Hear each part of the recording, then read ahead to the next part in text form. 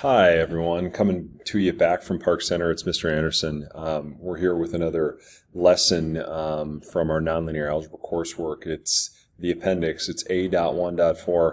And today we're looking in on some properties of zero and how we can make zero and what zero means algebraically. So we'll continue to focus on some of the algebra tile work that we've started and we're using CPM for. We're also going to continue to do these things. We're going to show all of our work with the manipulatives. We're going to use and fuse it with some symbols today. And we're going to try to create some real life experience around why some of these things are important.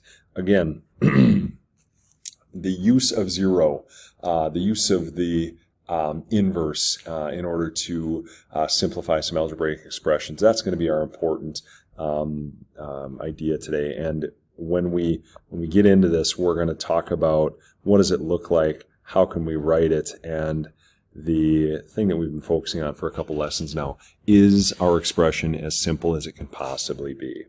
We've got in our first problem that we're going to tackle together, we've got three setups, and these are things that could have happened to you. They're things that could have happened in real life.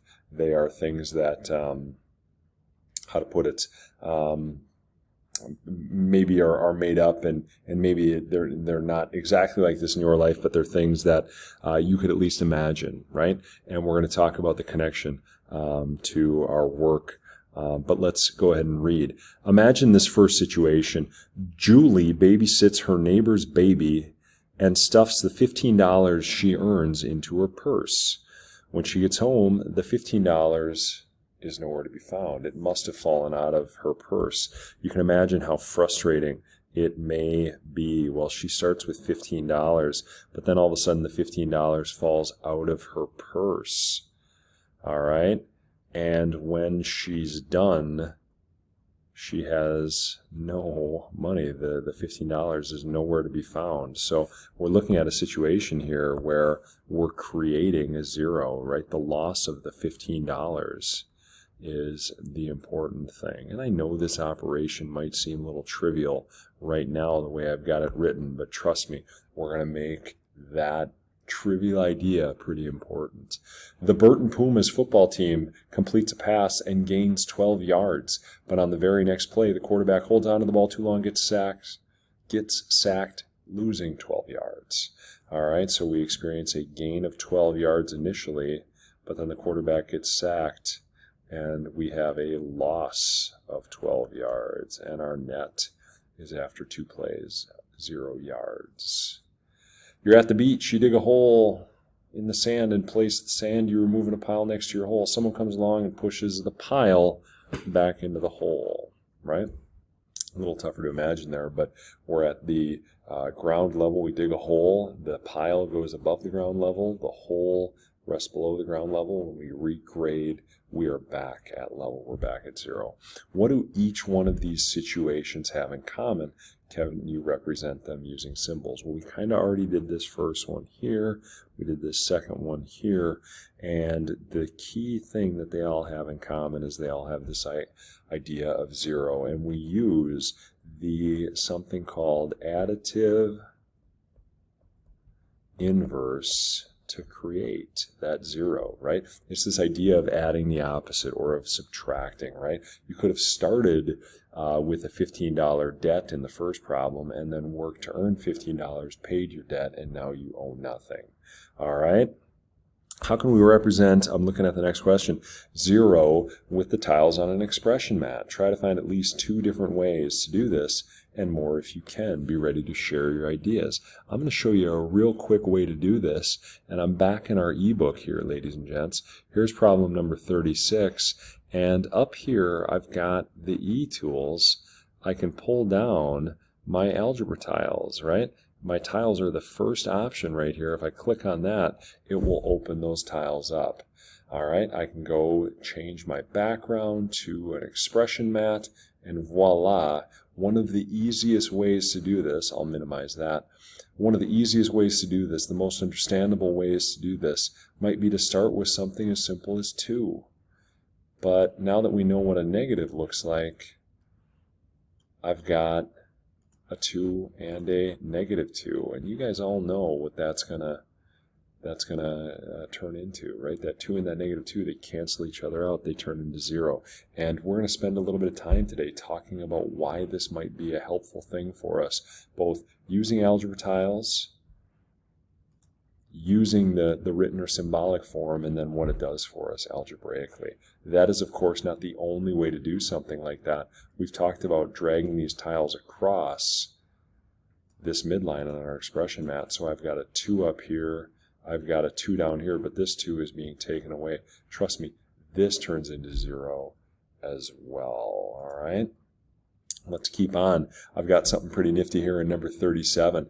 We've got Gretchen. She's built a setup with these algebra tiles, and it's shown here in the textbook. And the beauty of this in our textbook or in our e-textbook is there is a clickable link. So if you find this problem in number 37, it's right here, you can click the underlined link and it will build it for you. And now check it out. I've got exactly what they've got in the book, and then the problem is right over here on the right-hand side. Okay, build this collection of tiles. Well, it's already been done for me. Now it says represent, I'm sorry, write its value. I guess I did not do that part quite yet. But then it says represent this value 3 different ways, each time using a different number of tiles. Well, ladies and gentlemen, let's talk about what we're allowed to do with some of these things. And I'm going to start just by manipulating them. Okay? I'm going to do this, and I'm going to drag everything up to the top. And recall, when I drag these things up to the top, we switch their sign. Okay? The piece that's important here, talking about this idea of 0, talking about an item and its opposite, is that when we have that, we're allowed to cancel those two things out, we're allowed to strike them, and we're allowed to get rid of them. We can do it just like that. It's a lot easier if they're all on the top. I've got an item and its opposite, so I'll take those and I'll get rid of them.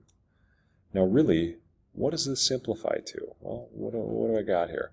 I've got an X, and I've got 2 unit tiles. They're not positive. You can see that they're red. You can see that they carry with them negative. I've got X and -2. And using an expression mat helps me simplify that. All right? Using an expression mat helps me do that. And that is a lot easier than writing X and X and -X and 1 and then -1 and minus another 1 and minus another 1. Is this correct? Is this the correct expression for what Gretchen has over here? Yeah, I mean, it's not wrong. But this, sure as heck, is a lot nicer. And the algebra tiles and the expression mat help me to do that. For the sake of time in our video, I'm not going to represent this 3 different ways, but I would challenge you to try that for your own extension here. All right, I am though going to move on to one of these problems, and I'm going to let you guys do a little goofing around. You may want to get ready to pause the video here in a moment, but check this out. It says build each expression below so that your representation does not match those of your teammates. Now, I'm going to build one, and then I'm going to ask you guys to build one that looks like, that is the same as mine, but different, has the same value but different. Let me show you what I'm talking about. I'm going to go over here. I am going to clear my tiles. Now we start with something kind of nice. We start with -3x. So I'll put -3x's up here. And then we've got 5, so I've got to scroll down here. I've got to get 5 unit tiles. 5.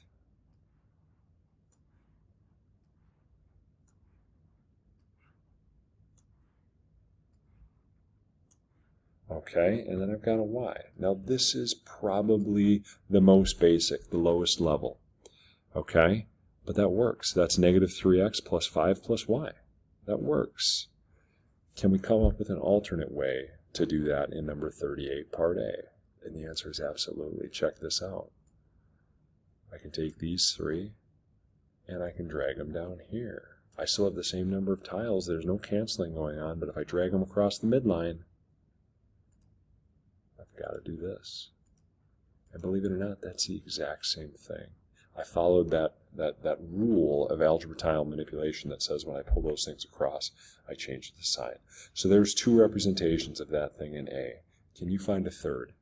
Can you find a fourth? Pause the video and see what you're able to do. When you're ready to move on, unpause it.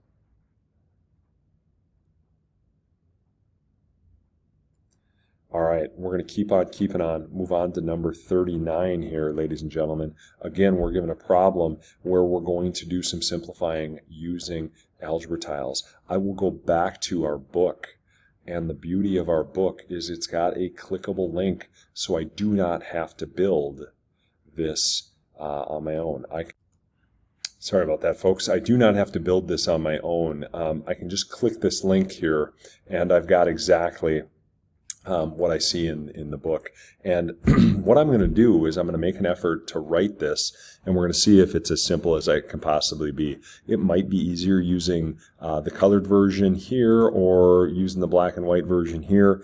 I don't know, whatever's most convenient for you. But I've got a -1, another -1. I've got a negative x. I've got a positive x, and then I've got another negative x. And then I'm taking away a couple -1s down here below the midline, okay? That looks really kind of gross. Let's see what we're able to do using our algebra tiles here. I can go ahead and I can bring these items up as long as I flip the sign on them, okay? That's the way I would start. I would drag everything to the top so you're dealing in a positive space. And what that does for me is it allows me to create opposite pairs. And these opposite pairs are able to be eliminated. And you guys can see that here. And look at how nicely that simplifies. I'm going to go back here, and we're going to verify that this does, in fact, turn into a -x. All right, I've got a -x and a positive x right next to each other here that are going to cancel. I've got a -1 and the opposite of a -1, which is a +1. Those are going to cancel. And one more time, a -1 and the opposite of a -1. And the only thing that I've got left is that -x. It might have been pretty tough for you to see on your own, but using algebra tiles could certainly make that easier. I'm going to encourage you to pause the video if you need, but if you are ready, you can move on. We've got one more problem we can simplify here in number 40, and that problem might be a little bit more complex.